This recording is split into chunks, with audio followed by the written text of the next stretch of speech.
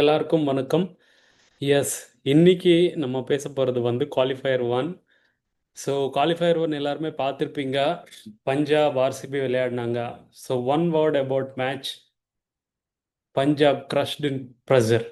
So pressure கேமும் எப்படி விளையாடுறது அப்படின்னு ஓவராலாக எக்ஸ்பீரியன்ஸ் இல்லாத மாதிரி தெரிஞ்சது. ஸோ இது ஒன் வேர்டு. ஸோ இப்போ டாஸ்ல இருந்து வருவோம். For Punjab it's a tough toss to lose. So ஒரு ஒரு நல்ல டாஸை லூஸ் பண்ணிட்டாங்க. பட் ஸ்ரேயஸ் ஐயர் ஸ்டார்டிங்லேயே சொன்னார், it will be if I given chance I'd bowl first அப்படின்ட்டு. ஸோ அப்படி சொல்லியும் வந்து பேட்டிங் கொஞ்சம் பார்த்து விளையாடிருக்கணும். So whatever is over is over. So as I expected, நான் என்ன எதிர்பார்த்துட்டு இருந்தேன்னா, மெயினாக பஞ்சாப்க்கு வந்து அவங்களோட ஓப்பனர்ஸ் ரொம்ப கீ. ஸோ அவங்க ஓப்பனரில் அடித்தாதான், ஒருத்தராவது அடித்தாதான் அவங்களால ஈஸியாக ஒரு 200 அடிக்க முடியும். ஸோ அது வந்து நான் எதிர்பார்த்த மாதிரியே பிரியான் ஷாரி அவுட் ஆயிட்டாரு. அதுக்கு உடனே பிரப் சிம்ரனும் அவுட் ஆயிட்டாங்க. ஆனால் குடோஸ் டு ஆர்சிபி. ஸோ என்ன மாதிரி கேம் விளையாடினாங்க. மெயினாக எல்லாமே பிளான் பண்ணி பண்ணி ஒருத்தராக தூக்குனாங்க.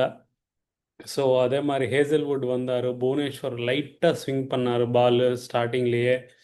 ஸோ ஸோ பிரியான் ஷாரியா அது வந்து ஒன்று அன்லக்கி, அதுக்கு ஒன்றும் சொல்கிறதுக்கு இல்லை. பட் பிரப் சிம்ரன் அப்போதைக்குமே ஒரு 6 4 அடிச்சிட்டு இருந்தார்.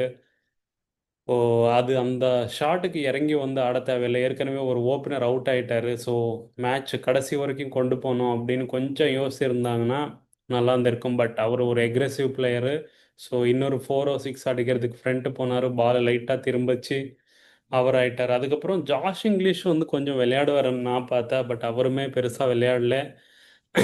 அவர் சிக்ஸ் அடிக்க போய் அவுட் ஆயிட்டார்.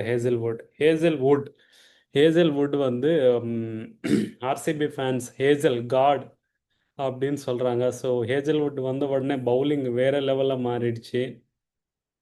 அப்புறம் ஸ்ரேயஸ் ஐயர் கரெக்டாக பிளான் பண்ணி தூக்குனார். எனக்கு தெரிஞ்சு ஸ்ரேயஸ் ஐயர் இந்த ஐபிஎல்ல 2 வாட்டியோ 3 வாட்டியோ ஹேசல்வுட்டுக்கு அவுட் ஆயிருக்காரு. நேஹல் வதேரா கொஞ்சம் அன்லக்கி. ஸ்டோயினிஸ் கொஞ்சம் பார்ட்னர்ஷிப் வந்த மாதிரி இருந்தது. அங்கே தான் ஸ்ரேயாஸ் சர்மா அவங்க பிளான் பண்ணி எடுத்தாங்க ஸ்ரேயாஸ் சர்மாவா போன ஆக்ஷனில். ஸோ ஸ்ரேயாஸ் சர்மா நிறைய லெக் பிரேக் போடுறதுனால விராட் கோலி அவுட் ஆகிட்டு இருந்தார் முன்னாடி ஐபிஎல்லாம். ஆனால் அவர் வேணும்னு கொண்டு வந்து நல்லா பிளான் பண்ணாங்க. ஸோ அதே மாதிரி சஷாங்க் சிங்கு கொஞ்சம் பார்த்து விளையாடிருக்கலாம். முஷீர் கான் ஃபர்ஸ்ட் ஐபிஎல் வந்து விளையாடுறாரு. கொஞ்சம் டெம்ட் ஆகிட்டு அவுட் ஆகிட்டார். அவர் வந்த உடனே நானும் இவரு வேணா அடிப்பார், ஏன்னா அவர் அண்டர் 19 நல்லா அடிச்சிருக்காரு. ரீசெண்டாக அந்த ஃபஸ்ட் கிளாஸ் கிரிக்கெட்டில் போன வருஷம் இல்லாமல் அதுக்கு முன்னாடி வருஷம் நல்லா ரன் அடித்தார். ஸோ அஜிம்துல்லா அவராவது கொஞ்சம் முன்னாடி வந்திருக்கலாம். But what ever is over. So இப்போ வந்து நம்ம பேச போகிறது வந்து ஆர்சிபி புவனேஸ்வர் சூப்பராக போட்டார். ஸ்டார்டிங் ஓவர்ஸ் கொஞ்சம் லைட்டாக பாலை ஸ்விங் பண்ணி 2 விக்கெட் எடுத்தார். ஒரு விக்கெட் எடுத்தார். பட் ஆனால் குரூஷியலான ஓவர் போட்டார் யஷ் தயால். அவர் ஃபஸ்ட்டு ஓவர்லே அழகாக பிரியான் ஷாரேவ் அவுட் பண்ணிட்டாரு. ஸோ ஸ்ரேயஸ் சர்மா வேறு லெவலில் போட்டார். ஹேசல்வுட் அவர் வந்த உடனே கம்ப்ளீட் அட்டாக்கே மாறிடுச்சு, சொல்கிறதுக்கு ஒல்லி இல்லை. ஆனால் அப்புறம் ஃபீல்டிங்கு ஸ்பாட்டான இருந்தது. அப்புறம் ஆர்சிபி அப்படியே ஒரு ஒரு ப்ரெஷர் சுச்சுவேஷன் கிரியேட் பண்ணாங்க. ஸோ இன்றைக்கி ஒரு சாம்பியன் ட்ரீம் மாதிரி விளையாடினாங்க. அப்புறம் சூப்பராக இருந்தது. அப்புறம் வந்து ஸோ இட்ஸ் ஓன்லி 101. ஸோ அதுவே தெரியும் நம்மளுக்கு 101 T20 பத்தாது. ஸோ பெரிய பெரிய கங்க்ராச்சுலேஷன்ஸ் டு தினேஷ் கார்த்திக். எனக்கு என்னமோ இந்த இந்த பிளானிங் பின்னாடி டிகே தான் இருக்காரு. டிகே ரொம்ப பிளான் பண்ணி வந்திருக்காரு. ஆக்சுவலாக அவர் தமிழ்நாடுக்கு வந்து நிறையா ஃபஸ்ட் கிளாஸ் கிரிக்கெட்ஸ் வின் பண்ணி கொடுத்துருக்காரு. சையத் முஸ்தாக் அலி, ரஞ்சி ட்ரோஃபி இந்த மாதிரி. ஸோ அவர் தான் இதுக்கு அந்த பெரிய சக்தி டிகேன்னு தான் நான் பிலீவ் பண்ணுறேன்.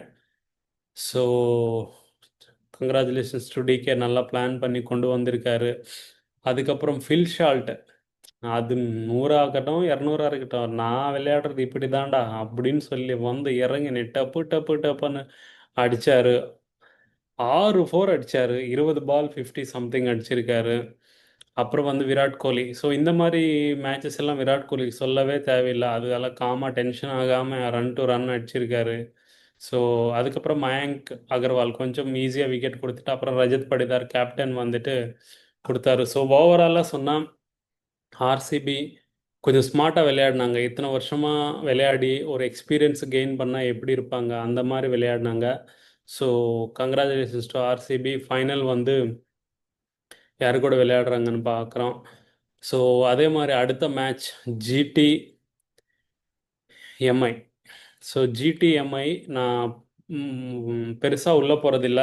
So I would say MI is the favourites and tough luck to GT வந்து எம்ஐ வந்து அவ்வளோ சீக்கிரமாக விட மாட்டாங்க. ஸோ திருப்பி செகண்ட் குவாலிஃபயர் யார் விளையாட போகிறாங்கன்னு பார்ப்போம். ஸோ நீங்கள் யாருன்னு நினைக்கிறீங்க? Will MI easily win or GT will win? So what is your thought? Please comment. So this is overall. Comment, share, subscribe. Thanks to all.